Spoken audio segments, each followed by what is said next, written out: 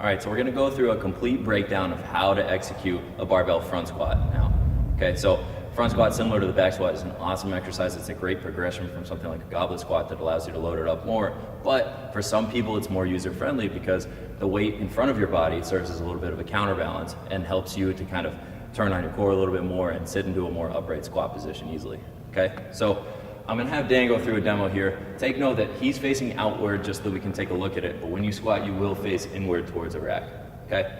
So before we talk about setup or anything, the first thing I wanna do is give you guys a feel for what it should feel like when you're at the top of the squat position, okay? So what Dan's gonna do is he's actually gonna walk into the bar with his arms straight, and he's gonna walk all the way through it. And what he's looking for here is that as he stands up, the bar is sitting up across his shoulders, and this straight arm position kind of illustrates how when we front squat, we don't want the weight to be sitting on our wrists or anywhere else, that your whole trunk is supporting that bar there, okay? So he can set it right back down.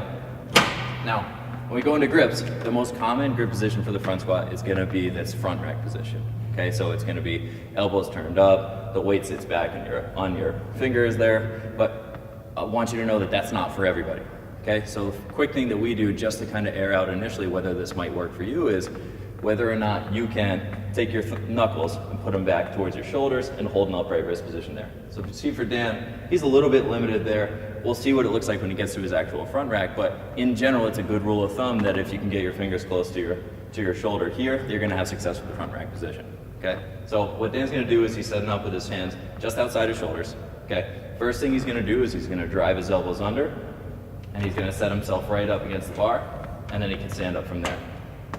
So what you'll see here is that elbows are supported up pretty high without any compensation from the ribs, right? So he's not driving his elbows up and having himself lean way back. He's able to keep a good position there, okay? Now, when we go into a front rack, our kind of gold standard is to get all your fingers around the bar, right? It's called like a full grip.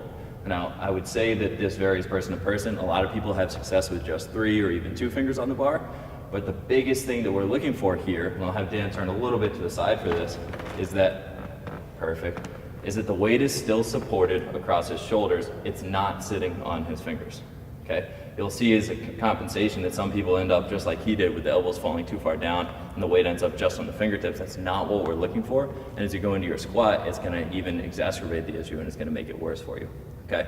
So we'll walk it back into the rack. I wanna show you guys 2 other grip variations that you can use if the front rack doesn't work for you, if you feel like it really bugs your wrists or your fingers, okay? The first one we're gonna do is with straps. All right, so these are common straps. You can get them at a lot of different stores, Dick's Sporting Goods, other places like that. And you're going to wrap the strap around the bar, pull it through, and then what this is going to allow Dan to do is get into a similar position as he just did with the front rack, but now he's able to grab onto the straps instead of having to grab all the way onto the bar. Okay, so he's going to grab onto the straps.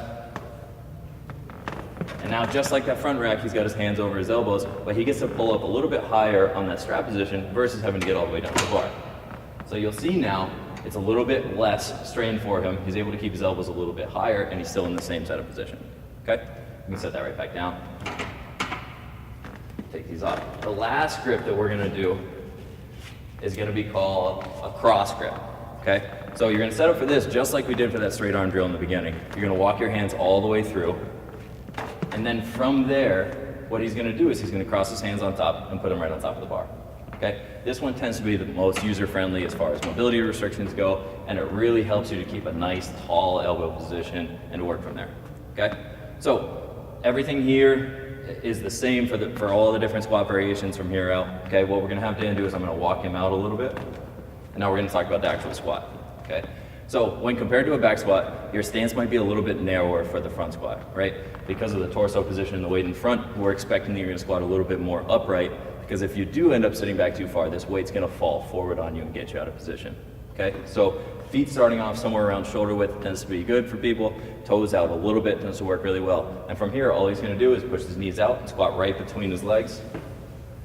Awesome, and stand back up. As you notice, I'm gonna have him squat to the bottom and hold for a second.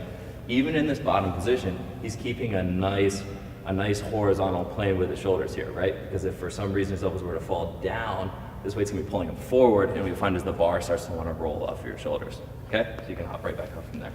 All right?